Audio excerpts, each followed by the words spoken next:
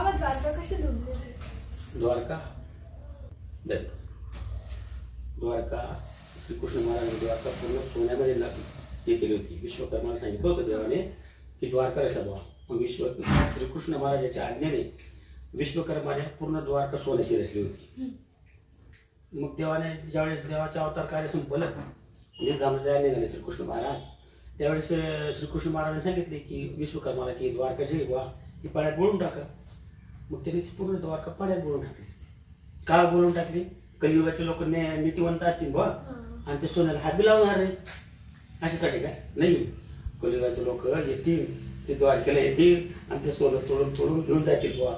म्हणून देवाला असं वाटलं की द्वारका कशाला करायची, म्हणून देवाने ती द्वारका पूर्ण पाण्यात बुडून टाकली. आणि जी नवीन द्वारका आहे, नवीन ही द्वारका नवीन रचली. पहिली द्वारका देवाने बुडून टाकली पाण्यामध्ये. तो काय विचारतो? अवतार दत्तात्रय प्रभू निद्रेला येतात असं का? हो, दत्तात्रय महाराज माहूरला आज बी निद्रेला येतात. भक्त्या भक्ताला देवाने वरदान दिलं होतं दत्तात्रय प्रभूंनी. देवल नावाचा एक ऋषी असतो, तो खूप तपश्चर्या करतो. ही तपश्चर्या करायचा तो. आणि तपश्चर्या करून त्यांनी एक त्याच्यामध्ये असं सामर्थ्य निर्माण झालं की तो एक मूठभर हो आणायचा आणि ते एक मोठं हे होतं लिंब होतं त्याच्यावर टाकायचा आणि ते वाढत जायचं. त्याचं असं स्वप्न होतं की मी हे मृत्यू लोकातले लोक स्वर्गामध्ये घेऊन जाईल बा याच्या मार्फत.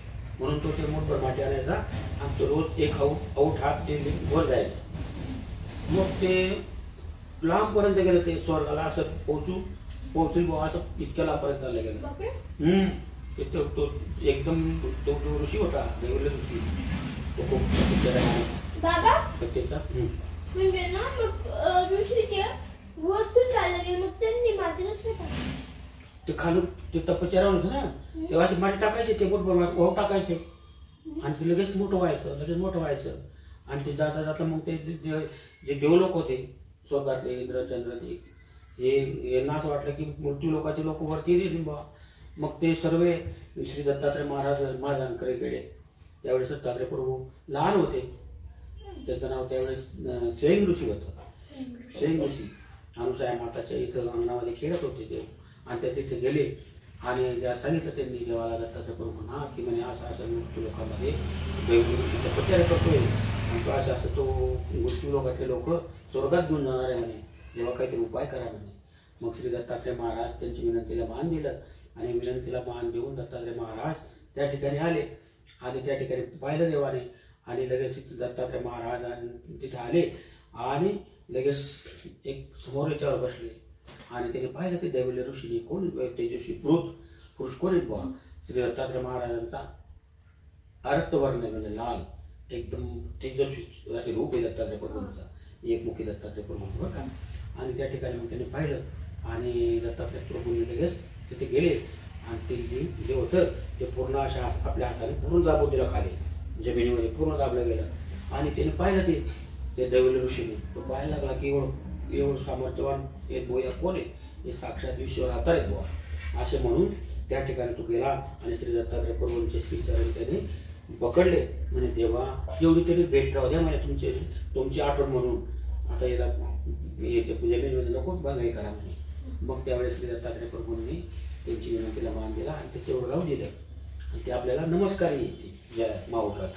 आणि नंतर श्री दत्तात्रय महाराज त्या ठिकाणी बसले आणि लगेच दैवल्य ऋषीने दत्तात्रय प्रभूंचा धावा केला आणि दत्तात्रय प्रभूंना प्रसन्न केलं. आणि त्यावेळेस त्याने केलं आणि त्यावेळेस म्हणे माता देवा म्हणे मला एक वर द्या म्हणे. काय वर देऊ म्हणे तुला? म्हणजे माझी एकच इच्छा आहे म्हणे की जोपर्यंत चंद्र सूर्य आहे म्हणे तोपर्यंत तुम्ही ह्या माहूरला निद्रेसाठी या म्हणे, म्हणजे झोपायला. मग त्या भक्ताच्या विनंतीला मान देऊन श्री दत्तात्रय महाराज आज सुद्धा माहूरला निद्रेला येतात. आज सुद्धा आपण जर गेलो ना तर त्या ठिकाणी एक मोठं आपलं देवाचं मोठं स्थान आहे. त्या ठिकाणी मोठी शेत दिली जाते आणि रोज एक जवळजवळ क्विंटल 2 क्विंटल फुलं कोण देतं कोण नाही असं त्या माहूरला एकदम नवीन नवीन प्रकारचे प्रत्येक जातीचे फुलं त्या ठिकाणी शेतला येतात आणि त्या ठिकाणी पूर्ण फुलांची शेत देवासाठी रचली जाते. आणि त्या ठिकाणी श्री दत्तात्रय प्रभू निद्रेला येतात. आणि आपण सकाळी जर पाहिलं ना तर सकाळी सर्व फुलं जे असतात ते पूर्ण असे विस्तारलेले असतात. जसं श्री दत्तात्रय महाराज तिथून उठून आताच गेले मग असं आपल्याला 4 वाजता असं पाहिलं ना, असं दृश्य दिसतं. म्हणून श्री दत्तात्रय महाराज आजही आपल्या कलियुगातले जे अवतार आहेत, विद्यमान अवतार, एकमुखी श्री दत्तात्रय बाबा त्या ठिकाणी आज सुद्धा निद्रेला येतात, म्हणजे झोपायला येतात. आज जगामध्ये फक्त 2 अवतार विद्यमान आहेत. एक भगवान श्री चक्रधर स्वामींचा अवतार आहे आणि एक श्री दत्तात्रय प्रभूंचा अवतार आहे, विद्यमान अवतार. म्हणजे आज सुद्धा त्यांचं कार्य, जीव उतारायचं कार्य चालू आहे दत्तात्रय प्रभूंचं, चक्रधर स्वामींचं. पण चक्रधर महाराज आपल्याला सोडून उत्तरापंथी गेले का? त्या ठिकाणी अनंत जीव आहेत भाऊ धरायसाठी, अधिकारी जीव आहेत. आपल्याला कलियुगामध्ये ज्ञान दिलं गेलं की प्रत्येक युगात परमेश्वर अवतार धारण करतात आणि जीवाला ज्ञान देतात. जीव देवता प्रपंचाची ओळख करून देतात आणि मी ईश्वरी भाऊ, माझी भक्ती करा, असं प्रत्येक युगात परमेश्वर अवतार येतात. ते कृतायुगामध्ये हंस अवतार आले. त्रेतायुगात हंस अवतार म्हणजे एक हंस पक्षीचं देवाने रूप घेतलं आणि सनकादिकाने प्रश्न केला होता ब्रह्मदेवाला की ही सृष्टी कोणी निर्माण केली. ब्रह्मदेवाला सांगता आलं नाही. मग त्या ठिकाणी हंस अवतार घेऊन श्री दत्तात्रय प्रभूंनी हंस रूपामध्ये ते हंस गीतात निरूपण केली सनक संकादिकाला. आणि कृतायुगामध्ये आणि त्रेतायुगामध्ये श्री दत्तात्रय प्रभूंनी परत ते ज्ञान सांगितलं. हेदू राजाला त्याला ज्ञान दिलं. ते ज्ञान द्वापर युगामध्ये श्रीकृष्ण महाराजांनी अर्जुनाला उद्धवदेवाला दिलं. ते ज्ञान कलियुगामध्ये सर्वज्ञ श्री चक्रधर स्वामींनी मैन मठाला, नागदेवाचार्याला, अनंत भक्तजनांना दिले. आणि आज सुद्धा त्यांचा अवतार उत्तरापंथी विद्यमान आहे. बाबा म्हणजे ते 2 अवतारच कलियुगमध्ये ना? हो, कोणताच अवतार नाही, कोणताच चमत्कार नाही कलियुगामध्ये. फक्त देव 2च देव आहेत. एक देव तो देवकी पुत्र भगवान श्रीकृष्ण महाराजांचा अवतार, तो चक्रधर स्वामींचा अवतार. आणि एकच शास्त्र खरं आहे ते म्हणजे गीताशास्त्र. भरपूर 4 वेद, 6 शास्त्र, 18 पुराण आहेत, परंतु एकच शास्त्र असं आहे ब्रह्मविद्याशास्त्र. ते भगवान श्रीकृष्ण महाराजांनी, श्री दत्तात्रय प्रभूंनी, चक्रधर स्वामींनी निरूपण केलेलं ब्रह्मविद्याशास्त्र म्हणजे एकच शास्त्र आहे. सकळ शास्त्र या शास्त्राशी मिळती, परंतु हे शास्त्र कोणाशी नाही मिळती. म्हणून आपलं जे शास्त्र आहे, ब्रह्मविद्याशास्त्र आहे, हे फक्त एकच आहे. ते म्हणजे फक्त परमेश्वराने सांगितलेलं.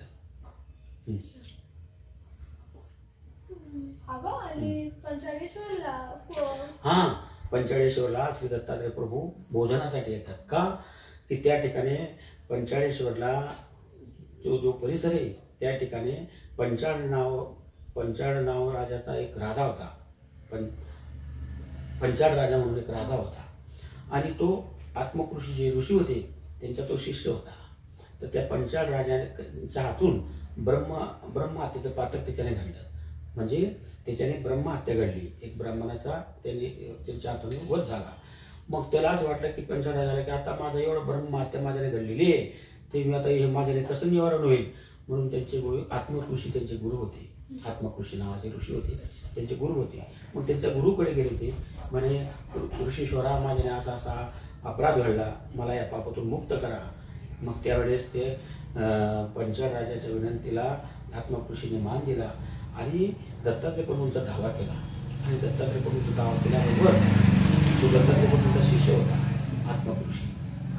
हां, मग त्या आत्मकृषीने धावा केला आणि त्याच्या धावाला मान देऊन दत्तात्रय महाराज तिथे आले पंचाळेश्वरला. आणि त्या ठिकाणी मग श्री दत्तात्रय प्रभूने त्यांनी सांगितलं की महाराज श्री दत्तात्रय बाबा, या राजाला ब्रह्महत्येच्या पातळापासून तुम्ही मुक्त करा. मग त्यावेळेस त्याने श्री दत्तात्रय प्रभूंनी एक त्या ठिकाणी पाताळमध्ये बाण मारायला लावला आणि त्या पाताळातून पाणी निघालं. पाणी निघाल्याबरोबर श्री दत्तात्रय प्रभूंनी आपले श्रीचरण त्या ठिकाणी प्रक्षालन केले आणि ते तीर्थ त्या राजाला दिलं, त्या पंचाळ राजाला दिलं. आणि दिल्याबरोबर त्या तीर्थ त्यांनी घेतलं आणि त्या ठिकाणी त्या तीर्थाने त्याने आंघोळ केली आणि त्याला त्या ब्रह्महत्येच्या पातकपासून त्याला मुक्त केलं. आणि मुक्त केल्याबरोबर मग त्या ठिकाणी तो जो आत्मकृषी होता, त्या आत्मकृषीने परत श्री दत्तात्रय प्रभूंना विनंती केली की महाराज, जोपर्यंत चंद्र सुरे तोपर्यंत तुम्ही या ठिकाणी भोजनाला या, माझी विनंती स्वीकार करा. मग आज श्री दत्तात्रय महाराज काशीला स्नान करतात, कोल्हापूरला भिक्षा करतात आणि पंचाळेश्वरी भोजन करतात आणि माहूरला निद्रेला येतात. का? त्या प्रत्येक भक्ताच्या विनंतीला मान देऊन, प्रत्येक भक्ताला वर देऊन आज सुद्धा श्री दत्तात्रय महाराज विद्यमान आहे.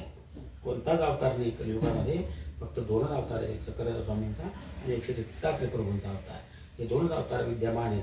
बाकी कुठेच कोणताच अवतार नाही, कुठेच काही चमत्कार नाही. फक्त इथे 2च परमेश्वर विद्यमान आहेत. कृत्यहंस तीर्थ दत्तात्रय द्वापारे श्रीकृष्ण समर्थ कली माझी पीत चक्रधर नाम त्याचे. प्रत्येक युगामध्ये हे परमेश्वर अवतार झाले. परमेश्वर अवतारांनी जीवाला ज्ञान दिलं, जीवाचा उद्धार केला आणि तेच परमेश्वर अवतारात 2 अवतार विद्यमान आहे. एक दत्तात्रय प्रभूंचा, एक चक्रधर स्वामींचा. दत्तात्रय प्रभू म्हणजे 3 मुखी नाही, 1 मुखी. त्रिमूर्ती वेगळा पाहे तो दत्त सावळा, नाश कल्पा तिना गाय. असे ते मुख्य दत्तात्रय प्रभूंचा, त्यांचा नाश कधी होणार नाही असे श्री दत्तात्रय महाराज आहे या कलियुगामध्ये. आणि आम्ही 3 मुख दत्त कोण? 3 मुखी दत्त ते वेगळे आहेत. देवता आहे का? हां, ते ब्रह्मा विष्णू महादेव आहेत ना, ते त्यांना पण त्या काही लोकांनी ते नाव देऊन दिले. पण एक खरा दत्त जो आहे तो एक मुखीच आहे. का? कारण की दत्तात्रय प्रभूंनी अनुसया माता, अत्रि ऋषी आणि अनुसया माताच्या या ठिकाणी त्यांनी अवतार धारण केला. ते एक मुखीच आहेत. वेगळ्या लोकांनी करून टाकलं. ज्या जैसे भासले तसे त्याने केले. शास्त्राचा झाला गलबला, इथेच कोणी नाही पुसती कोणाला, असं झालंय कलियुगामध्ये. आबा आणि जे अनुसया माता आणि अत्रि ऋषी जे होते मग त्यांनी तपस्या केली होती का? त्यांनी एवढी तपश्चर्या केली कृतयुगमध्ये, म्हणजे त्रेतायुगमध्ये. देवकी आणि वासुदेव सारखे. हा, तसे जसं देवकी माताने वासुदेवाने तपश्चर्या केली होती की आमच्या पोटे परमेश्वर अवतारच आमच्या उदरी यायला पाहिजे असे त्यांनी वर मागितला होता, म्हणून त्या ठिकाणी आले. तसे अत्रि ऋषीने आणि अनुसया माताने उग्र तपश्चर्या केली होती. एक अंगठ्याच्या पायाच्या अंगठ्यावर उभं राहून अशी तप केले त्यांनी. दत्तात्रय अत्रि ऋषीने कितीतरी वर्षापर्यंत त्यांनी अशी तप केली. आणि असं एकदम वारा पाऊस असा होता, तशा याच्यामध्ये त्यांनी आपल्या पायाच्या अंगठ्यावर उभं राहून तपश्चर्या केली आणि सांगितलं, खूप तपश्चर्या केली. आणि त्यावेळेस मग देव एक आकाशवाणी झाली, तुम्हाला काय पाहिजे बुवा? मग त्यावेळेस त्यांनी सांगितलं की आमच्या पोटी आमच्या उदरी परमेश्वर अवतार यायला पाहिजे बुवा, मी अशी आमची मनोकामना आहे बुवा. असं त्यावेळेस मग श्री दत्तात्रय प्रभूंनी त्यांना वर दिला आणि दत्तात्रय प्रभूंनी त्यांच्या ठिकाणी अवतार घेतला, जन्माला आले. आणि ते महाभारत नाही श्रीकृष्ण जे सिरियल आहे त्याच्यात असं होतं, देवकी आणि वासुदेवाने म्हणजे तपस्या केली आणि मग त्यांनी असं मागितलं की परमेश्वर सारखा आमच्या पोटी यायला पाहिजे. पण देव म्हटले की मला माझ्यासारखं कोणी भेटत नाही म्हणून मी चालूच होतं. बरोबर. त्यावेळेस त्यांचं पहिले नाव कुपक राजा, कुपिका राणी असं होतं. त्यांना त्या पहिल्या याच्यामध्ये मूलबान नव्हतं. मग त्यांनी असा विचार केला की आपल्याला मूलबान काय करायचं, राजे होते ते कुपक राजा आणि कुपिकी राणी. हां, मग आपल्या पोटे जर कोणी आहे नाही म्हणे, मग काय करायचं म्हणे, आपण तप करू आणि तप करून काहीतरी जप करून आपण काहीतरी देवाला प्रार्थना करून मग आपल्या पुढच्या जन्मासाठी तरी आपल्या पोटी कोणी संतान जन्माला यायला पाहिजे बुवा, असं म्हणून त्यांनी खूप तपश्चर्या केली. इतकी तपश्चर्या केली आणि त्या ठिकाणी तपश्चर्या केली बसले. आणि दुसरा तो नगरीचा राजा होता, त्याला समजलं की ज्या बगीच्यामध्ये कोपक राजा आणि कुपिका राणी आले बुवा तपश्चर्या केली, तेव्हापासून हे फूल हे बगीचा फुलायला लागले बुवा. मग तो पाहायला आला आणि त्याने सांगितलं, मग तुम्ही कोण? म्हणे आम्ही असे. मग त्यावेळेस त्याने सांगितलं की आम्हाला मूलबाळ नाही, काही नाही, आम्ही संसाराचा त्याग केला, संन्यास घेतला आणि आम्ही इथे या ठिकाणी तपश्चर्या करायला आलो. मग तुम्ही असं करा म्हणे, तुम्ही माझ्या घरची भिक्षा घ्या, मी तुम्हाला रोज तुमच्यासाठी भोजन आणत आहे. नाही म्हणे, आम्ही एका घरची भिक्षा घेत नाही. मग त्यांनी विनंती केली. मग त्यांच्या विनंतीला मान दिला तर कुपक राजा आणि कुपिका राणीने. आणि त्यावेळेस त्यांचं भोजन त्यांनी भोग सांगितला. मग ते रोज त्यांच्यासाठी भोजन आणत होते. असे भरपूर दिवस झाले आणि टाईम असा आला म्हणे की त्यांचं आता बिलकुल खूप त्यांना हे झालं, असाही झालं वेदना. म्हणजे देवा आता तरी तुम्ही आमची लाज राखा आणि आम्हाला भेट द्या म्हणे. मग ज्यावेळेस वगैरे वासा होता की ज्यावेळेस तो जो राजा होता त्यांच्यासाठी अन्नदान जो करत होता, जे भोजन आणत होता, त्यांचा यायचा टाईम आणि इकडे ईश्वराला त्यांची भेट द्यायचा टाईम एक झाला. आणि त्या ठिकाणी लगेच त्यांच्या कुपीमध्ये परमेश्वर अवतार श्रीकृष्ण महाराज त्या ठिकाणी प्रगट झाले आणि त्यांना सांगितलं, काय मागताय, तुम्हाला काय वर पाहिजे? आणि आमच्या पोटी परमेश्वर अवतार, परमेश्वर सारखाच आमच्या इथे जन्माला यायला पाहिजे आमच्या उदरी. म्हणून त्यांना वर दिला. वर देऊन जायला लागले. लगेच त्या ठिकाणी ते जे त्यांना ते पण आले आणि ते त्यांचा ताट घेऊन त्यांना उपहार घेऊन ते आले आणि देवा तुम्ही जसा यांना वर दिला आहे तसं आम्हाला पण वर द्या. यांनी तपश्चर्या केली, यांच्यावर प्रसन्न झाले. पण यांनी ज्यांच्या ठिकाणी आम्ही अन्नदान केलेलं होतं म्हणून आमचा पण वर्ष दिला, आम्हाला पण मूळ वाढणे म्हणून देवा. मग देवाने सांगितलं, मी यांच्याकडे जन्माला येईन, अवतार घेईन आणि तुमच्याकडे लहानचा मोठं होईल. का त्यांनी अन्नदान केलेलं होतं म्हणून. म्हणजे ते नंदबाबा हा होते का? हा म्हणून देव मातेचे अवतार घेतला आणि त्यांच्याकडे लहानचे मोठे झाले. का त्यांनी अन्नदान केलं होतं ना म्हणून. अन्नदानाला कलियुगामध्ये खूप मोठं आहे असं आहे. म्हणजे अन्नदान कोणी केलं होतं? त्यांनी केलं होतं ना, नंदबाबांनी त्यांनी अन्नदान केलं होतं म्हणून तिकडे लहानचे मोठे झाले. म्हणून आपल्या धर्मामध्ये मानवा पंथामध्ये अन्नदानाला खूप महत्व आहे.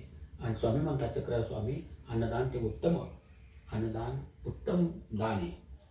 भरपूर दान आहे, कन्यादान आहे, वस्त्रदान आहे, भूमिदान आहे, अन्नदान आहे.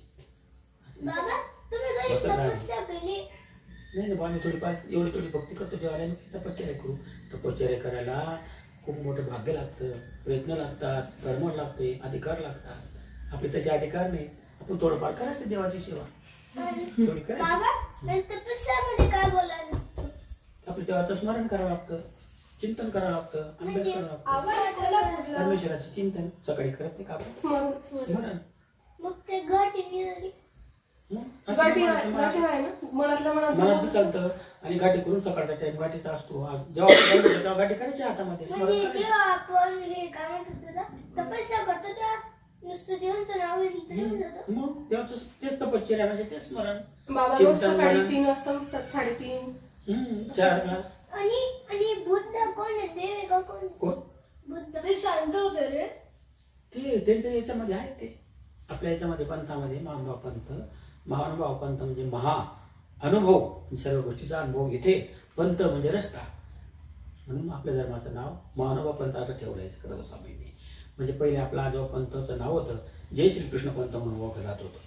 त्याच्यानंतर भट मार्ग म्हणून ओळखला जात होतं. भट मार्ग म्हणजे ब्राह्मण लोक ब्राह्मणांना भट म्हणत होते. म्हणून या ठिकाणी सुरुवातीला चक्रधर स्वामींनी जे ज्ञान दिलं सर्व ब्राह्मण समाजाच्या लोकांना दिलं. का त्यांच्यापासूनच सर्व विस्तार होत होता. लोक काही झालं तरी त्यांना विचारलं जात होतं. काही थोडंसं गडबड नाही असेल तरी त्यांना विचारलं लग्नाचं असलं म्हणून त्यांच्या ठिकाणी जर तेव्हा हे दिलं बा हे शास्त्र ते त्याच्यामुळे पूर्ण याच्यामध्ये पसरलं जाईल म्हणून. त्याच्यामुळे देवाने त्यांनाच पण ज्ञान दिलं. का की त्यांच्यापासून सुरुवात झाली म्हणजे पूर्ण याच्यामध्ये जाईल. म्हणजे मत असे झाले तर ते ठराविक त्यांच्या ठिकाणी राहिलं, परंतु दुसरंच काही देवी देवतांची भक्ती पूर्ण याच्यामध्ये झाली. म्हणून प्रत्येक युगामध्ये परमेश्वर अवतार येतात, देवी देवतांची भक्ती हे करतात आणि स्वतः परमेश्वर अवतार ज्ञान देतात. आणि देव सांगतात की ती देवता आहे, मी परमेश्वर आहे, माझी भक्ती करा. मग त्यावेळेस परमेश्वर ओळख देतात आणि तो आपला धर्माची स्थापना करतात. कलियुगामध्ये स्वामी चक्रधर स्वामींनी या धर्माची स्थापना केली महानुभाव पंथाची. मला एक कमेंट आली होती त्या एका व्हिडिओला, तर ते पंजाबी भाषेमध्ये लिहिलेली होती ती, पण मग मला वाचता आली. म्हणजे तुम्ही जय कृष्ण पंथ आहेत का? हो म्हणायचं. हा हो बोलली ना, कारण तिकडे पंजाबमध्ये जय कृष्ण पंथ, पंजाबमध्ये जो आपला धर्म आहे ना त्या ठिकाणी जय श्रीकृष्ण पंथ म्हणून आपल्या पंथाची ओळख. म्हटलं पंजाब पर्यंत पोहोचून गेला आपला. पंजाब नाही, कन्याकुमारी पासून तर पूर्ण याच्यापर्यंत आपला पूर्ण जगामध्ये पूर्ण याच्यामध्ये आपल्या पंथाचे हे विकलेले आहेत. तेलंगणामध्ये, पंजाबमध्ये, पूर्ण जगात आहे. असं कुठेच नाही. का हा ईश्वरी पंथ आहे, इथे हा प्रतिती पंथ आहे. प्रतिती म्हणजे साक्षात्कार अनुभव. या धर्मामध्ये अनुभव आहे, प्रतिती आहे. इतर याच्यामध्ये तुला सापडणार नाही. पीछे शाही आगे जगाई, इथं तसं नाही आहे. इथे आगे शाही आगे जगाई. इथं असं नाही आहे तुम जपते तो हम जपते तुम कर नाही. इथे परमेश्वर प्रतिती आहे. इथं जो म्हणतात बाई हा प्रतिती पंथ. इतर पंथ कसे आहेत? विश्वास पंथ आहेत, म्हणून नुसतं विश्वास आहे त्यांचा. ही प्रतिती आहे, साक्षात्कार आहे, अनुभव आहे, मनाला खात्री आहे, जगड आहे, खरं आहे. आज सुद्धा आपल्या मंदिरात पाहिलं किती विकर्मी कवटावाले, किती भूतबाधावाले चांगले होऊन जातात. त्यांना इतकं देवाची गोडी वाटते. प्रतिती आली, मुलबाळ होत नाही, देवाला नारळ बांधलं, मुलगा झाला, प्रतिती आली. नोकरी लागत नव्हती, नारळ बांधलं, देवाला प्रार्थना केली, नोकरी लागली, ही प्रतिती आली. म्हणजे प्रतिती म्हणजे साक्षात्कार.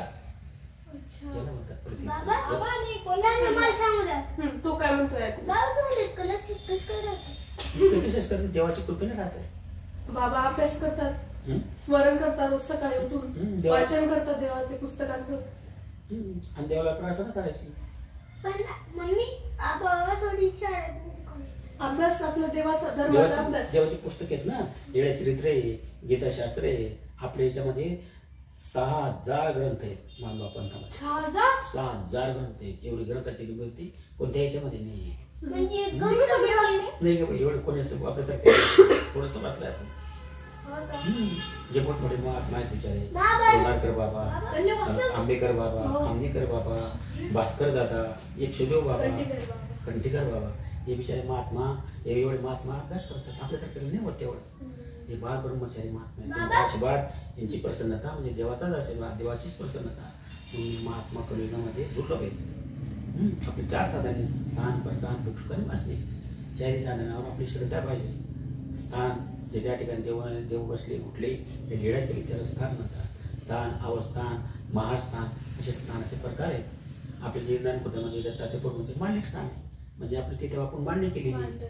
महास्थान म्हणजे त्या ठिकाणी देव उठले बसले, कोणाच्या कसं शिवगार केला, कोणाला वरदान दिलं. आता कणाशीला चक्र स्वामींनी एका ब्राह्मणाला वर दिलेला होता. त्याला मूळबाळ नव्हतं, शेती नव्हती, काही नाही होतं. मग तो देव त्या ठिकाणी कणाशीला आले, वागडीहून कणाशीला आले चक्र बाबा, आणि मग एका नाणीच्या ठिकाणी बसले स्वामी. त्या ठिकाणी थोडे भक्त जण जमा झाले. आणि त्याच्यानंतर हा जो कणाशीचा ब्राह्मण होता हा स्वामींना भेटायला गेला. स्वामींची श्रीमूर्ती पाहून, स्वामींचं रूप इतकं सुंदर असतं. तर प्रत्येक अवयव असा असतो की नुसतं जर आपण कान पाहिले तर इतके सुंदर, नाक पाहिलं तर एकदम नाक एकदम विशाल, नेत्र, डोळे एकदम मोठे, असं एकदम तेजस्वी रूप असं देवाचं असतं. कोणी पाहिलं तर लगेच वेधला जातो माणूस काय पण पशु पक्षी सुद्धा वेधले जात होते. इतकं देवाचं सामर्थ्य, इतकं देवाचं हे असतं, स्वरूप असतं. मग त्या ठिकाणी तो त्याने पाहिलं आणि तो वेधला गेला ब्राह्मण. त्याने विनंती केली की देवा चक्रधर बाबा तुम्ही माझ्या घरी या, माझ्या घरचं भोजन तुम्ही स्वीकार करा. त्याची विनंती केली त्याने. त्याची विनंतीला मान देऊन चक्रधर महाराज तो गडीवर राहत होता मंच याच्यावर, तिथे गेले. मग त्या ठिकाणी त्याने देवाला भोजन दिलं, गोड केली देवाची टणं लावून, देवाला प्रसन्न केलं. देवाने प्रसन्न केलं. मग देव प्रसन्न झाले. म्हणे बटो येथे काही मागा, म्हणे काही मागा म्हणे आमच्यापासून, तुम्हाला काय पाहिजे. तो ब्राह्मण हुशार होता, त्याला वाटलं एक मागितलं ते एक राहून जाईल. मग त्याने इतकं हुशार होता, त्याने सोन्या हाती तक्रार पाहिजे म्हणे मला. म्हणजे मुलबाळ नव्हते, त्याला शेती नाही होती, ढोर डाळ काही नव्हते. सोने हात म्हणजे मला ऊ भेटायला पाहिजे, म्हणजे मुलगा व्हायला पाहिजे. मुलगा झाला की मग सोन येईल घरामध्ये, म्हणजे मला सोने हात तक्र भात पाहिजे. म्हणजे तक्र म्हणजे ताक भात, त्याच्यासाठी ढोर पाहिजे, ते बी द्यावा तुम्ही आम्हाला. आणि भात शेती पाहिजे, ते बी पाहिजे मला. सर्व मागून घेतलं त्यांनी कवचाला. सुनेच्या हाताने तक्र भात पाहिजे. सून आली म्हणजे पहिले मुलगा मागून घेतला. एक याच्यामध्ये मागून घेतले त्यांनी. काय ब्राह्मण हुशारामध्ये एका याच्यामध्ये म्हणून तरी म्हणतात बाबा म्हणतात चक्र स्वामी म्हणतात अनेक काही मागा, आणखी काही मागा म्हणे. इथं तुम्हाला कर्मवश भेटेल म्हणे, तुमच्या बाग्यात आहे म्हणे, दुसरं काही मागा. तो म्हणे देवा तितकंच पाहिजे म्हणे मला, सुन्या तक्र भात पाहिजे. तसंच तो म्हणून बाबा निघाले चक्र बाबा वरदान देऊन. आणि मग बाईसा म्हणायला लागली म्हणे बाबा तुम्ही त्या ब्राह्मणाला 3 वेळेस सांगितलं होते म्हणे अनेक काही मागा, अनेक काही मागा. तर तो तेच मागत होता म्हणे बाई त्याच्या भाग्यात नाही, त्याला ते ज्ञान नाही. देवाजवळ देव प्रसन्न झाला, परमेश्वर प्रसन्न झाला, त्याच्यावर काय मागायचं म्हणे, देवाचं प्रेमदान मागायचं, देवाचा आनंद मागायचा. काय मागायचं म्हणे शरीर सुख देणार. आणि जे देव मागितलं ते दुःखाला कारण असतं. संसारात दुःख रूप आहे, कुठे गेलं दुःख नाही संसारामध्ये. कोणी सुखी आहे का नाही, कोणी सुखी नाही, टाटा बिरलावी नाही. म्हणून सुखर सुख खरा आनंद देवाच्या भक्तीमध्ये, देवाने जे आपल्याला मोक्ष दिलं, प्रेम दिलं, त्याच्यामध्ये आनंद खरा. मग बाईसा म्हणते तुम्ही त्याला सांगत होता ब्राह्मणाला आणि काही मागत होतो तेच मागत होतो, त्याला तितकंच ज्ञान होतं म्हणे. मग त्यावेळेस मग स्वामी एक दृष्टांत सांगतात. एक हे असतो म्हणे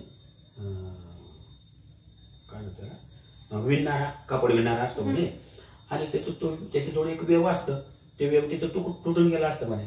मग तो वेव घेण्यासाठी जातो म्हणे बाजाराला, की आपण बाजार आहे बा, आपण वेव घेऊन येऊ, आपल्याला लागतं तर. मग गेला, मग गेला मग थोडा उन्हाचा टाईम होता. मग एक झाड होतं, त्याला असं थोडंसं आपण या झाडाखाली पाणी वगैरे पिऊ आणि मग जाऊ बा, उन्हाचा टाईम येतं. मग त्या ठिकाणी तो झाडाखाली थोडासा बसला आणि असंच पाय लागला, असं झोपून. मग त्याला एक अशी डाली दिसली तिथं. तो विचार करायला लागला याचं वेव किती चांगलं होईल बा, हे जर आपल्याला भेटलं पण ते चांगलं आहे म्हणे. आणि ते झाड कल्पतरुक्षाचं झाड होतं, म्हणजे त्याच्याजवळ जे मागितलं ते देत होता तो. असं आम्ही सांगितलं भक्तजनांना की तो एक असा विणणारा असतो वा, आणि त्या ठिकाणी येतो. आणि त्याच्यानंतर तो पाहतो म्हणे वरती झाडावर, त्याला असं वाटतं की वेव चांगलं आहे बा, असं वेव पाहिजे म्हणे.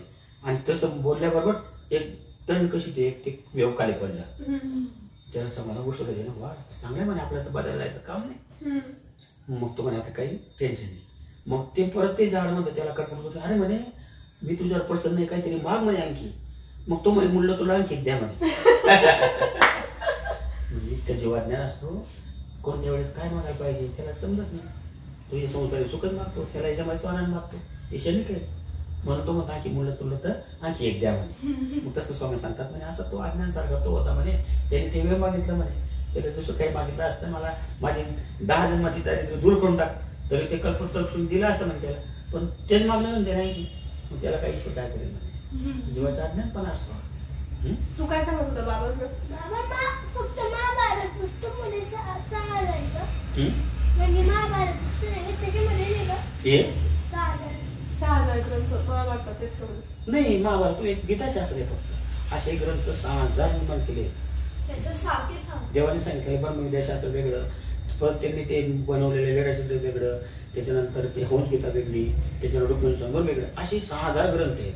म्हणजे ते लिहिलेलं कोणी लिहिले ते आपले जे आपले विद्वान महात्मा जे होते चक्रवर्तीच्या शिष्य परिवारामध्ये, त्यांच्यानंतर नागदेव आचार्यांच्या जे आपले आचार्य होते, त्यांचे जे शिष्य होते ते असे महान विद्वान होते. ते नुसतं निंबू फेकत होते, लगेच काही श्लोक तयार करून घेत होते, इतके विद्वान होते ते. रुक्मिणी स्वयंवर ज्यांनी लिहिलेलं आहे, रुक्मिणी स्वयंवर असं ग्रंथ लिहिलेला आहे की तो राजा जो होता ज्याचा, तो त्या राजाने ज्या वेळेस ते रुक्मिणी स्वयंवर ग्रंथ ऐकलं त्यावेळेस तो राजा म्हणे हा ग्रंथ तुम्ही माझ्या नावाने करा म्हणे, मी तुम्हाला प्रत्येक श्लोकवर एक सोन्याची मोहरा देतो म्हणतो मला. रुक्मिणी स्वयंवर ग्रंथ ज्याने लिहिला होता ना, तर त्या कवीला सांगितलं होतं त्या राजाने एक श्लोकवर सोन्याची मुद्रा ठेवतो म्हणे, हा काव्य माझ्या नावावर करा म्हणतो. मग त्याने सुरुवातीला कवीने नाही सांगितलं मी काव्याचा धंदा नाही करणार म्हणे, मला लोक काय म्हणतील म्हणे, तुम्ही असं जर नाही दिलं म्हणे, नाव केलं नाही ते मी दुसऱ्या मार्गाने सुद्धा ते करू शकतो म्हणे. मग त्याने विचार केला की जर आपण हा राजा आहे त्याच्यामुळे आपण याला हाच म्हणावं लागेल. मग त्याने गोष्ट सांगितलं काही हरकत नाही म्हणे, मला शेवटची टीप आहे ती करू द्या म्हणे. म्हणजे शेवट थोडंसं राहिलंय म्हणे माझी एक टीप करायची, ते खूप खोटं बोलला तो कवी, मग मला तेव्हा पूर्ण करू द्या, मग तुमच्या नावाने हा ग्रंथ करून देतो म्हणे.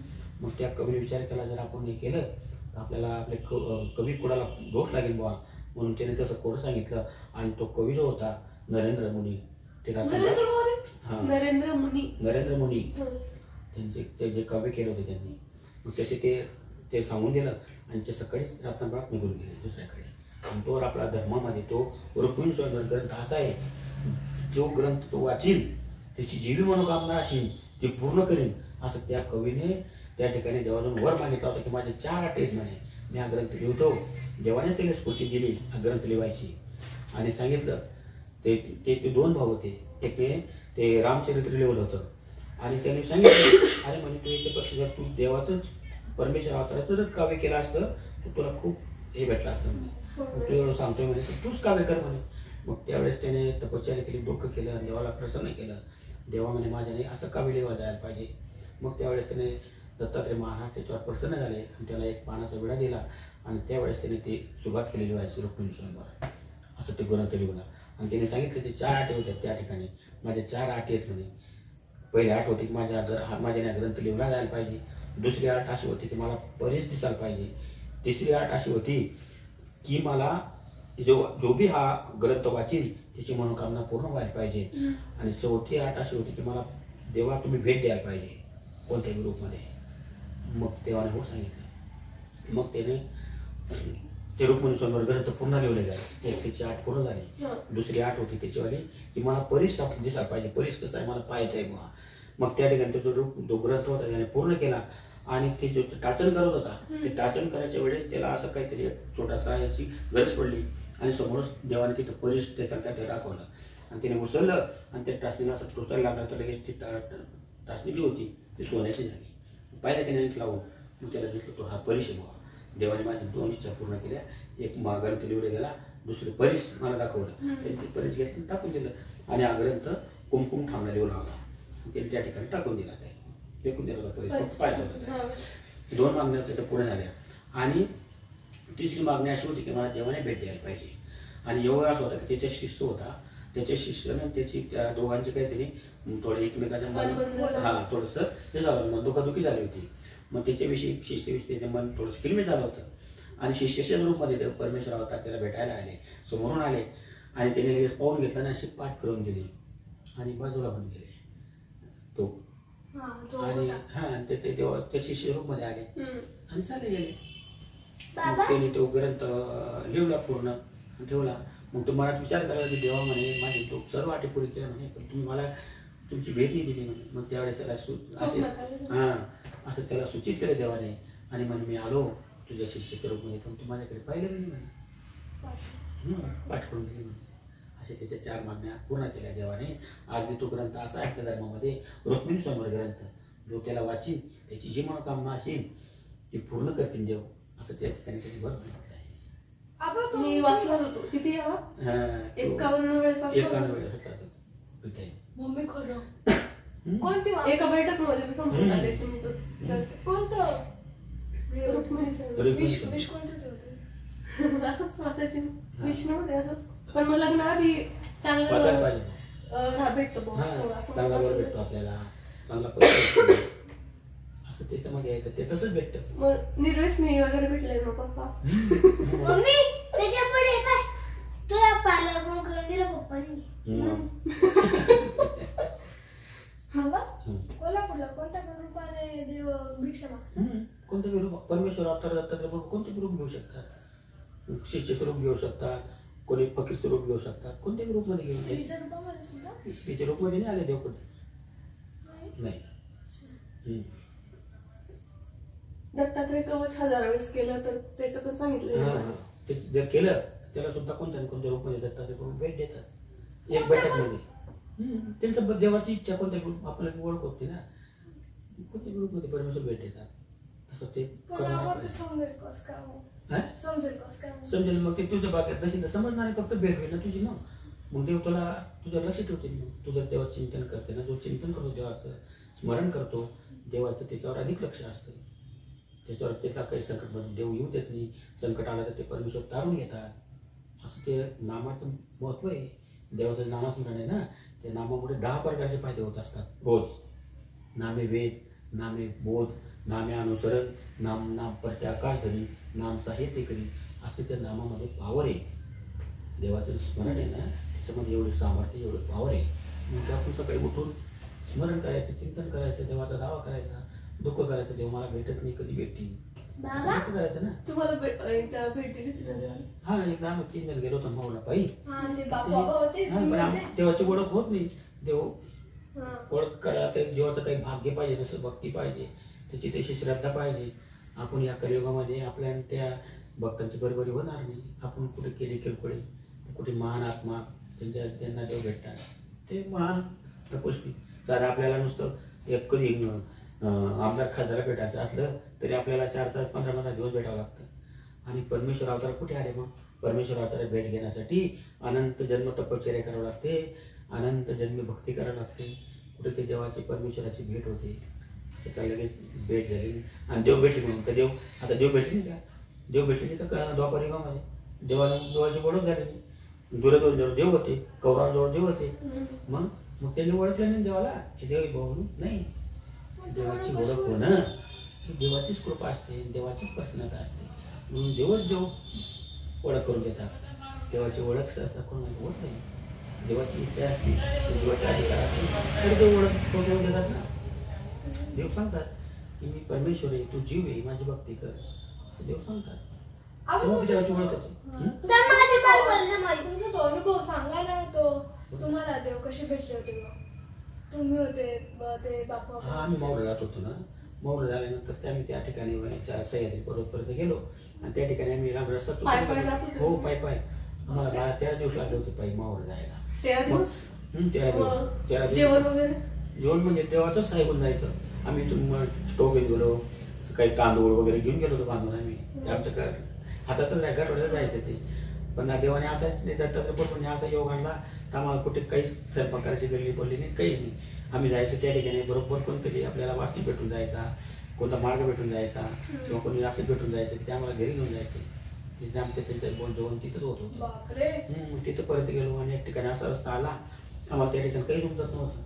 मग त्या ठिकाणी आता कोणाला विचार कोणी होती, संध्याकाळचा टाईम होता, संध्याकाळची झापट पडलेली होती. अंधार पडायची वेळ. मग त्या ठिकाणी आता कोणाला विचारलं, त्या ठिकाणी एक असा लांब एक दिसला व्यक्ती आम्हाला. मग त्याला विचारलं, आम्ही त्याला ओळखले. मग ते दत्तात्रय प्रभू होते का कोण आहे त्याच्या आवाज ठाऊ. तर त्याच्या टायमाला ते आम्ही सांगितलं तुम्ही हा रस्ता पकडा ना.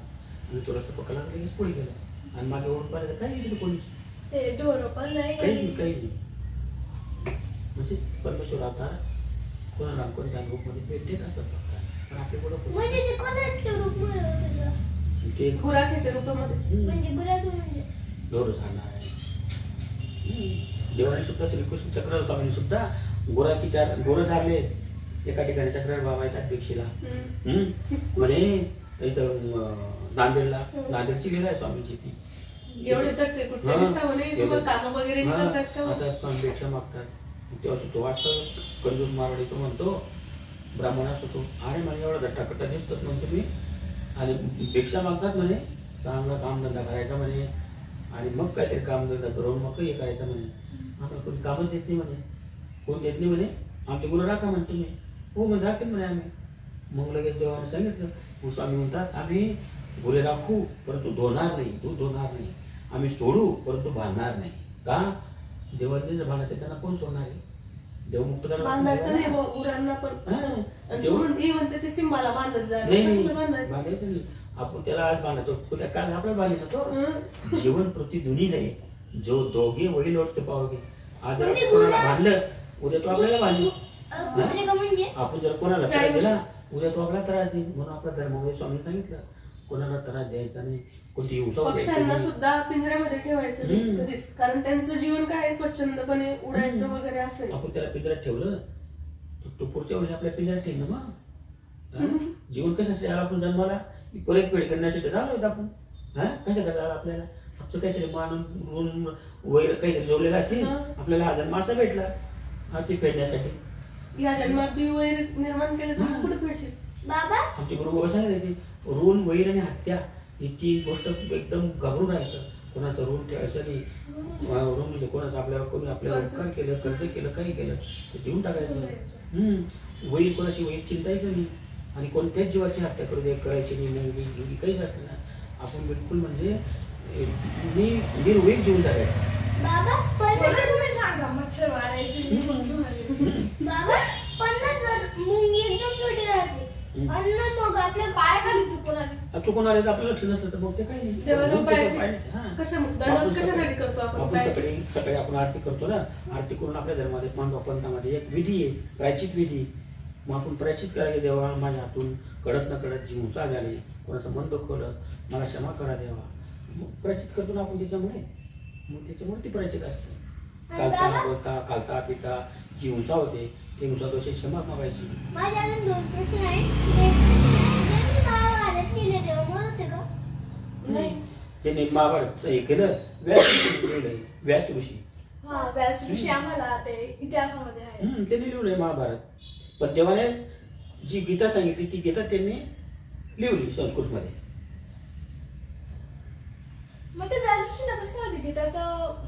ते दूरदृष्टी होते ना, त्यांना लांबचं दिसत होतं, लांबचं ऐकू येत होतं. त्यांनीच ते संजयला विद्या केली होती ना. त्याच्यामुळे ते महाभारत ते जे घडत होतं युद्धभूमीवर संजय ते दुसऱ्याकडे सांगत होता. ते दूरदृष्टी होती अशी होती. म्हणजे आता इथून मुंबईमध्ये काय चालू आहे त्याने जर विचार केला तर पाहत होते मुंबईमध्ये काय चालू आहे असं. अशी दूरदूरणी आणि दूरदर्शी होते व्यास ऋषी. त्यांनीच ती विद्या केली संजयला, म्हणून तो पाहू शकत होता. ऐका ना, मग ते जे होते त्यांनी महाभारत लिहिलं होतं त्यांच्याकडे कुठे पॉवर होती का? त्यांना दूरदृष्टी होती, दूरसरवणी होती. आता इथं बसून मध्ये काय करताय हो पप्पा ते दिसत होत त्यांना काय बोलता काय.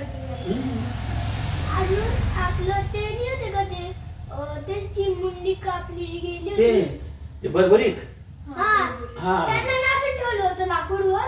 मग ते जिंदा कसं काय होते? देवानेच तसं वर दिला त्यांना. देवाचं वर काय समजतो तू? देवाने जसं वाटलं देवाला जसं करायचं तसं देव करू शकतात. त्यांची इच्छा होती फक्त मला युद्ध पाहायचं आहे. देवाने सांगितलं पाहू शकणार नाही तुम्ही.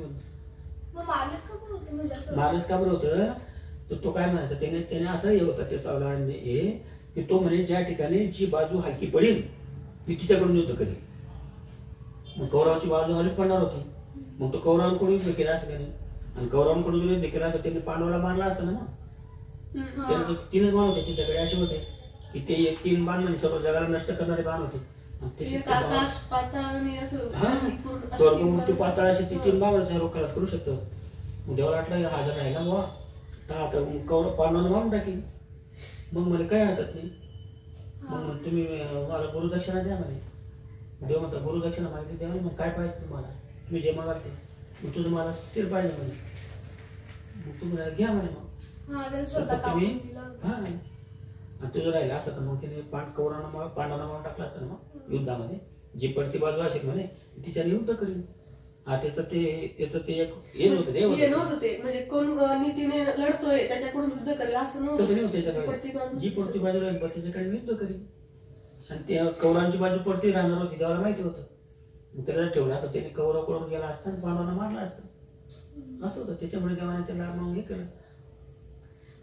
देवाला हे केलं म्हणजे देवाने त्याला प्रेम दिलं ना. त्याने देवाला मुंडे कापून दिले म्हणजे देवाचं एक प्रेमच प्राप्त केलं त्याने.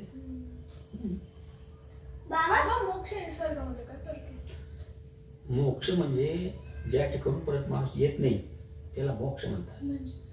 म्हणजे एखाद्याचा जो जेव अमर भक्ती करून ज्याने मोक्ष प्राप्त केला तो देवाच्या सन्निधानामध्ये राहतो. देवाचा आनंद जो आहे, देवाचा जो आनंद आहे त्या आनंदामध्येच तो आनंदी राहू शकतो. तो परत येऊ शकत नाही, परत जन्माने मृत्यू नाही. हा श्रीकृष्ण महाराज काय म्हणतात, ब्रह्म भुवनारोका पुनरावृत्ती अर्जुन मामुपैते ते कोणतेही पुनर्जन्म न विद्यते. जो माझ्या धामला आला, जो माझी भक्ती करून ज्याने मला प्राप्त केलं तो परत याच्यामध्ये येऊ शकत नाही. आणि जे स्वर्गाचं सुख आहे ते फक्त काही काळपर्यंत आहे.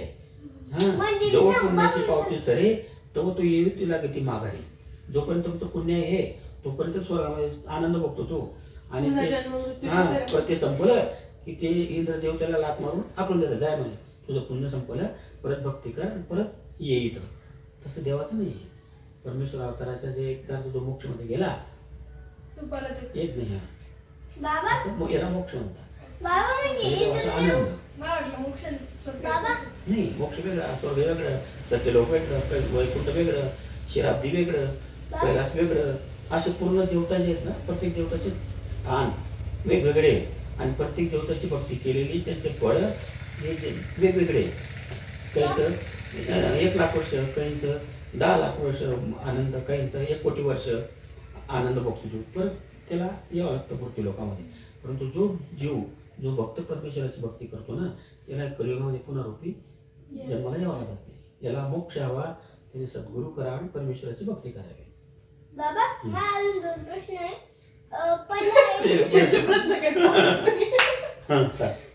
पहिला आहे की जर स्वर्गामध्ये गेलो तर आपल्याला वापस पृथ्वी लोकांना यावं लागतं. नाही ते नाही.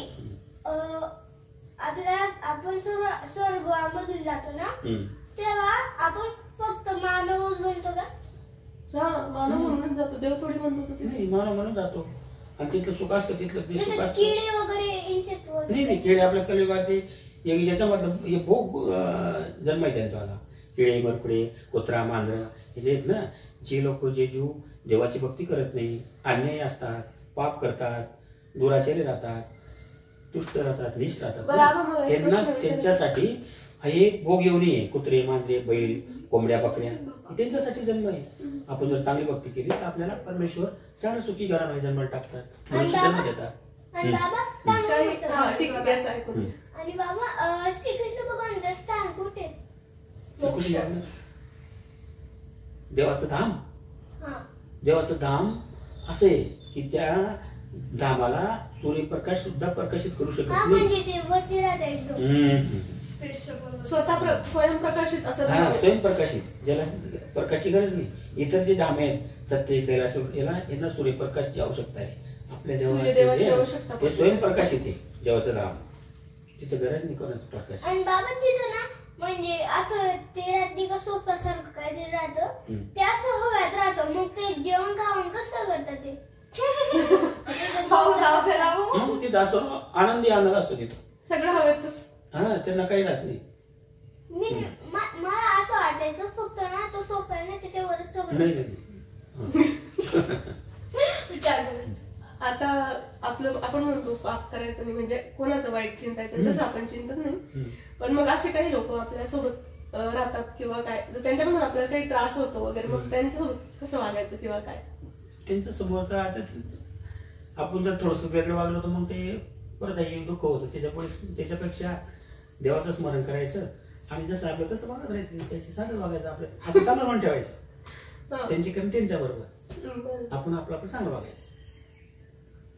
नाही आपण जर त्यांच्याशी वैर केलं तर ते वय वाढत जातं. त्याच्यापेक्षा त्यांचं वैर करायचं नाही आणि त्यांच्याशी जास्त हे करायचं नाही, तेवढं फक्त तेवढं ठेवायचं. मी हा प्रश्न बाबांना एकदा विचारला होता. कोणत्या बाबा? तुम्हाला? हाच का? चला मग झालं आता? हो झालं. काही ताईंच्या कमेंट्स होत्या की मानभावपंथ म्हणजे काय, आम्हाला थोडक्यात सांग म्हणे काय असं वगैरे. तर आता एवढा व्हिडिओ पाहिल्यानंतर तुमच्या लक्षात आलं असेल की मानभावपंथ काय आहे आणि कसा आहे ते. तर असा होता आजचा व्हिडिओ. चला मग भेटूया पुढच्या व्हिडिओमध्ये. धन्यवाद. प्रणाम. दंडवत. चला उठली सगळं. स्विच ऑफ होऊन गेला मग.